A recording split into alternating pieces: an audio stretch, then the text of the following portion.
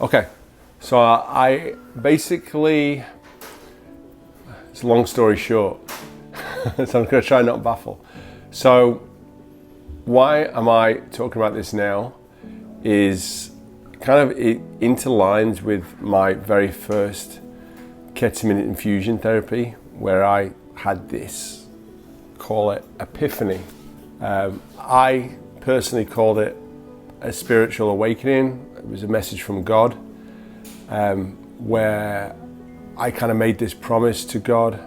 The deal was that He would save me if I would save others. And it's just something that I'm not prepared to go back on. So why am I talking about this now? I think because I've been at rock bottom, because I've been there and I nearly didn't make it, but I did. I think something, whether you call that God, a being, my family, with the support, I was able to pull through. I was able to kind of build really my life back together piece by piece. And I feel like I owe it to pay that forward. I'm a kind of person that wants to pay it back. And I feel like this is my time. I've always been into endurance sports. I've been doing endurance sports for the last 4 or 5 years. And I wanted to set myself a challenge that even I thought was kind of crazy. And I always say, like, if you want to achieve remarkable results, you've got to do remarkable things. So why am I talking about it now? You know, I've talked about mental health a few years ago, and then I kind of struggled for 4 or 5 years, and you know, had a family, and I just feel like this is the right time, and it's the promise that I've made. I'm hoping that there's one person out there, at least one person out there, that hears my story and can relate and hopefully help. Hopefully there's one person who doesn't know which way to turn, but suddenly comes across my story and realizes that there is hope, and with a little bit of fight, with resources, with some guidance, that you can come out of this. I promise you, because I've been there. I just want to help at least one person out there. So there's one person out there I know I'm going to help, and if I have to walk 3,600 miles just to help one person, then I'll do it. When did I start realizing something was wrong? Definitely at an early age, in my teens specifically. A lot of people put that down to hormones. The early signs for me was I used to hear a lot of screaming in my head. I definitely had that anxiety without knowing it was called anxiety at the time as a teenager. I was always constantly stressed and felt like I had 1,000 things on my mind. I definitely thought about some very dark things as a 15, 16, 17-year-old, and I guess probably didn't speak about it, but I just presumed it was normal. And then I realized, obviously, over the years that some of the things that I was thinking was just not normal at all. As a kid, I had really good, amazing family support, but just back then, we're talking like in the 90s, that just things like mental health just didn't exist. That if you said you had a mental health issue in England in the 1990s, you'd end up, one flew over the cuckoo's nest kind of thing. So it's not something that people ever talked about. And obviously over the last 10 years, people are talking about it a lot more, which is great. But back then you didn't talk about these kind of things, and you just didn't, if you had a problem, you weren't really aware of it. So growing up as a kid, there was nothing in my childhood that kind of really put me in a position where I was depressed. It was more of like a hormonal chemical imbalance in my brain. So there was no kind of like trauma as a kid or anything like that started this. I didn't really understand it until I was in my 30s, if I'm being honest. So throughout my teens and 20s was all about like just self-medicating to an oblivion, taking as much alcohol, as much drugs, as much anything to kind of numb any darkness that I felt, and it worked. With my 20s, definitely didn't understand it at all, and it wasn't, over the years, a few people kind of picked up and said, do you have some kind of mental problem? Are you Okay, because I would run very hot and very cold, very high and very low.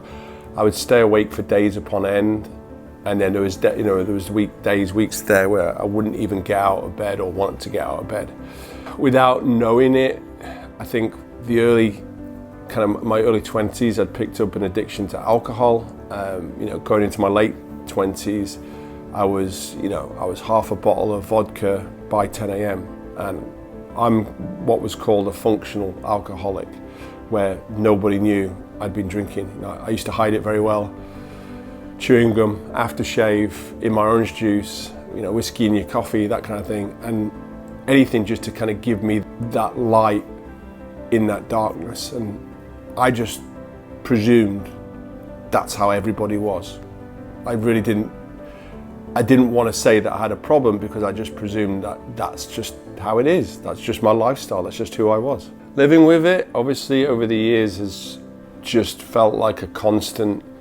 It's like getting up every single day and doing an ultra marathon. That's how I would kind of like summarize it now. Like getting up every day and preparing to go and run 100 miles. Like, you got to do it. It's going to hurt. There's going to end. But just going through it every day was definitely like going to hell and back. Highest of mine was friendships, people, me, being real. I constantly had to wear a mask. I constantly had to lie to myself, to people. Constantly had to kind of figure out who I was. Constantly had to question myself. Constantly hating myself. Had no self-respect to myself, hence why I just would run at 100 miles per hour with any substance I could put in my body to make me feel better. So I just had no respect for myself. I had no respect for my body. I just wanted to kind of numb the pain. Friendships kind of come and went. I think a lot of people, I burnt a lot of bridges with people just because they didn't really always understand that me not wanting to do something or moving countries or, I think I jotted around so much. I think I lived in 4 or 5 different countries over 10 years, and I was always having to restart again because I always thought the grass was always going to be greener. Very empty, very numb, very alone. I had nobody really. I just had my dogs for a long period of time.